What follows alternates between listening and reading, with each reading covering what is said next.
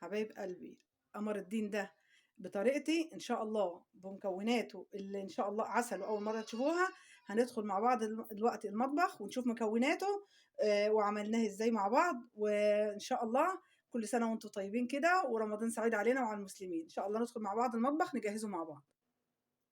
السلام عليكم ورحمه الله وبركاته. اللهم صل وسلم وبارك على سيدنا محمد وعلى اله وصحبه اجمعين.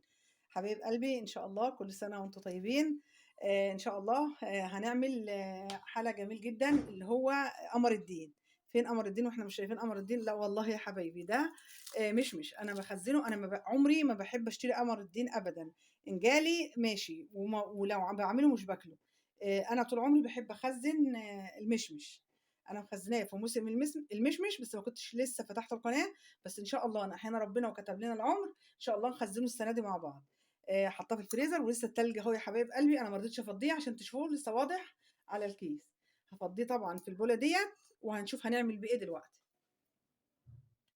اهو يا حبايب قلبي، يعني طبعا القمر الدنيا اللي بيتباع انا كتصنيع وعارفه التركيبات والحاجات دي كلها ما ينتميش لقمر الدين مهما كان نوعه نظيف، غير بالمنكهات والمكسبات الطعم والروايح بس. انما ده بفضل الله قمر الدين صافي، اللي هو المشمش صافي. انا هحطه بقى دلوقتي طبعا معايا في الحله اللي هعمل فيها. بسم الله.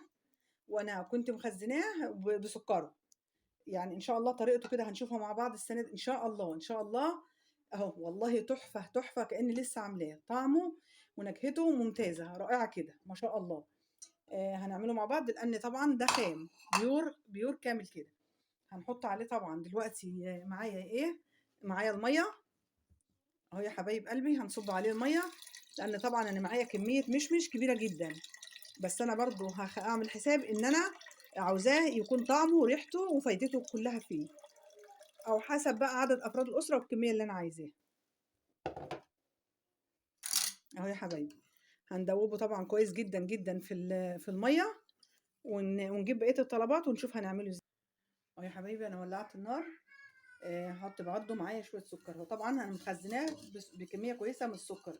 كان طبعا وقتها كده الحمد لله رب العالمين كان السكر رخيص جدا جدا، وبفضل الله انا كنت ايه مديله حقه في السكر.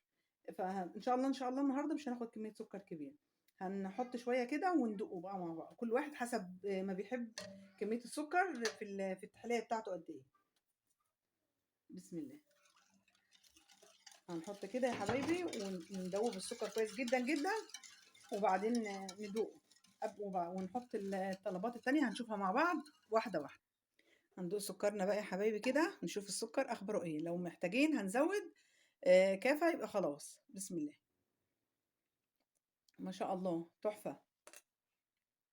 ويا حبايبي اللي ما عندوش زي كده قمر يعني مش في الفريزر يجيب، بس يحاول يعني بقدر المستطاع انه يكون نوع كويس عشان بس كتر الالوان الصناعيه والمواد الحافظه اللي فيه. وربنا يجعله بألف هنا وشفا، وكل واحد يجيب حاجة يتهنى بيها يا رب، اللهم آمين. معايا هنا يا حبايب قلبي بولة وفيها نشا. على حسب برضو المقدار قدامنا هنصبها ونشوف. نحتاج تاني لا كتير ما نصبش برضو، ونزود ونتحور في كمية النشا اللي هنحطها. وإيدنا تبقى بتصب النشا، والإيد التانية بتقلب بالمضرب. بسم الله.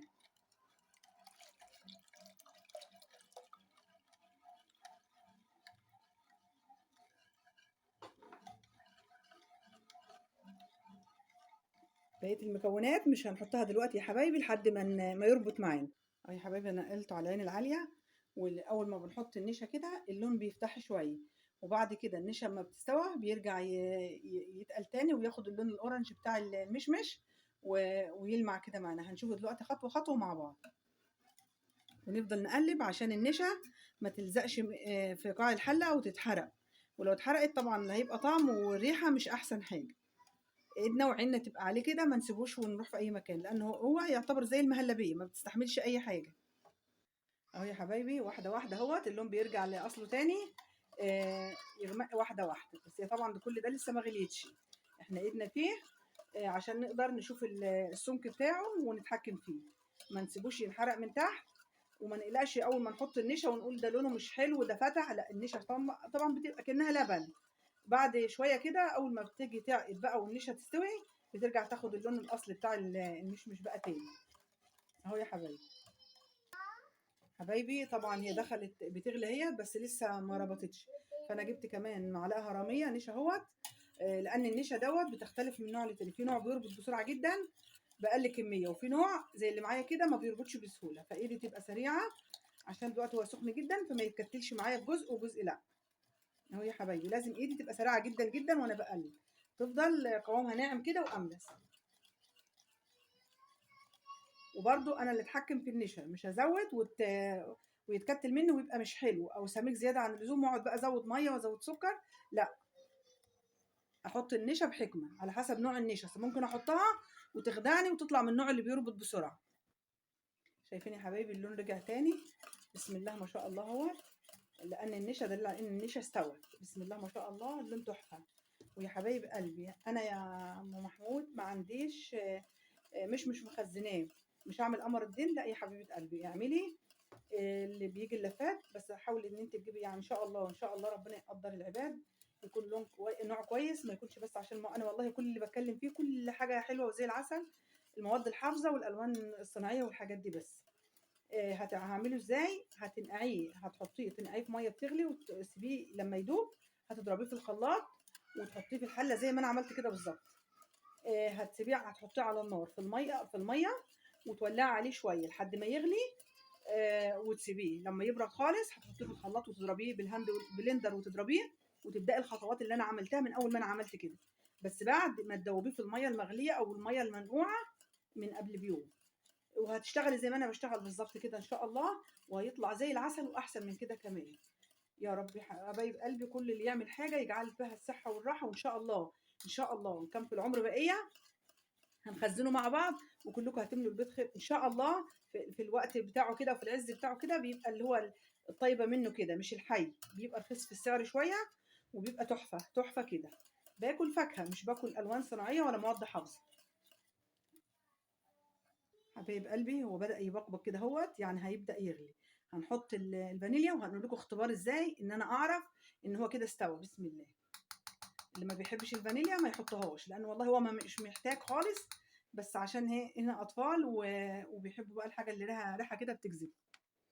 هندوب الفانيليا وتاخد غلوه واحده ان شاء الله وهنطفي. حبايبي طب انا هعرف ازاي يا ام محمود ان هو استوى؟ لان مش عاوزه اخليه يتقل قوي هنا، لان لو تقل هنا كده هيقفش، تبقى حاجه كده ما اعرفش اكلها. انا عاوزه اجي اكله كده الاقيه يعني رابط وفي نفس الوقت طري زي الجيلي كده. الاختبار بتاعه ايه؟ هجيب معلقه زي كده وهعمل ايدي كده. بسم الله. لو رجعوا الخطين دول على بعض بسرعه يبقى هو كده لسه عاوز سوا، انما هم دلوقتي فضلوا بعيد عن بعض كده تمام، اطفوا وانا مطمنه. هشيله من هشيله من على النار يا حبايبي واستنى يهدى شويه كده، وهنصبه مع بعض ونشوف هنعمل ايه الخطوه اللي بعد كده. اه يا حبايبي هنفرغه في البولات كده، والبولات دي بقى والاطباق حسب ما احنا بنحب وحسب الكميات بتاع عدد افراد الاسره. هنصبه كله بالشكل ده وهنشوف هنزينه مع بعض ازاي ونعمل فيه ايه لسه. اه يا حبايبي بسم الله ما شاء الله. وهلال رمضان بقى والتزيين ده حسب رغبة كل واحد.